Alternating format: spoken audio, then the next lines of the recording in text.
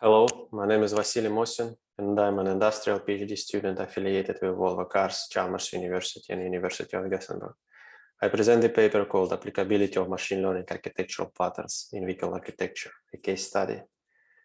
Software in modern cars has evolved tremendously in the last 2 decades, driven by the new possibilities related to connectivity, autonomous driving, and electrification.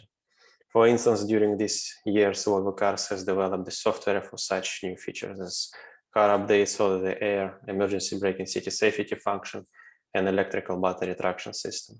At the same time, machine learning has grown in importance in the last decade and has become one of the mainstream software technologies, in particular for autonomous driving related functions.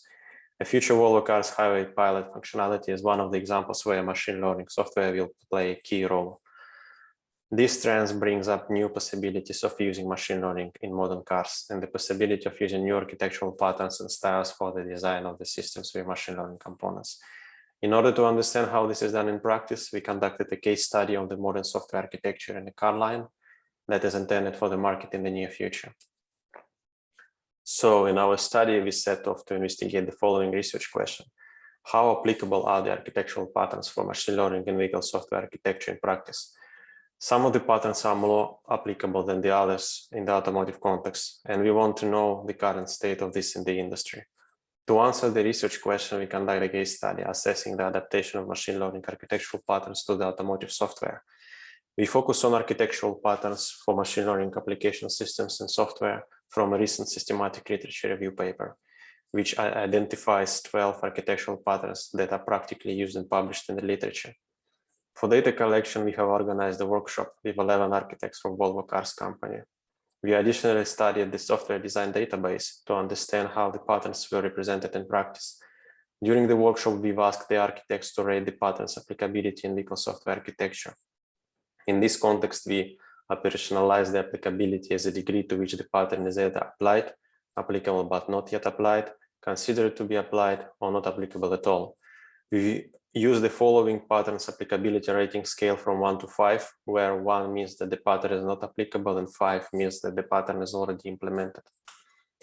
This figure presents the summary of the obtained results. It contains the studied architectural patterns sorted according to their applicability scores provided by the architects starting from the highest score. These applicability scores are actually the average consensus scores that the architects agreed upon together during the workshop. The numbers next to the names of the patterns are the reference numbers used throughout the paper. In the paper, we give a brief explanation of each of the patterns and discuss how the patterns are applied, could be applied, or why they cannot be applied in the architecture of modern cars. For example, microservice is an architectural pattern structuring an application as a collection of services that's supposed to be loosely coupled. According to our results, this pattern is already applied in vehicle software. Automotive software development in general is moving towards more centralized service-oriented solutions that employ microservices. For instance, a vision stack in autonomous driving domain is implemented using this pattern, where communication between different services is done through the messaging. Another example, federated learning architecture, that is an architectural pattern for the distributed training of machine learning models on different edge devices simultaneously. According to our study, this pattern is currently being investigated and it will be applicable in the future for a fleet of cars or on data centers without any significant modifications, when it's impossible to transfer the data from the edge devices due to the privacy legislation, for example.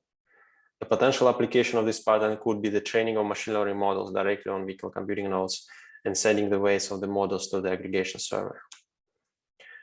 Based on the obtained results, we have found that 4 patterns are already used in the automotive domain. Microservice architecture, as said earlier, is applied for implementing different parts of the vision stack. Data lakes are used for storing the probe sourcing data in a data center in a raw format from data collection processes, including perception data such as camera images and LiDAR point clouds. Then the perception algorithms for different microservices are trained with using DAISY architectural pattern. This pattern is used for pulling the data from a shared repository and pushing the training results back to this. Finally, parameter server abstraction architectural pattern is one of the distributed learning approaches, is used to reduce the training time for computationally consuming models by utilizing several computing nodes. The pattern called distinguished business logic from machine learning models is the only pattern which is not considered to be applicable in our study. The architects during the workshop found this pattern being very similar to another gateway routing architectural pattern, which has more interpretation in the context of vehicle software according to the architects. The rest of the patterns are applicable either directly or in the future vehicle architecture.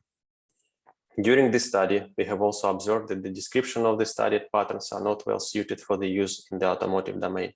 It can be potentially addressed and improved in the future work.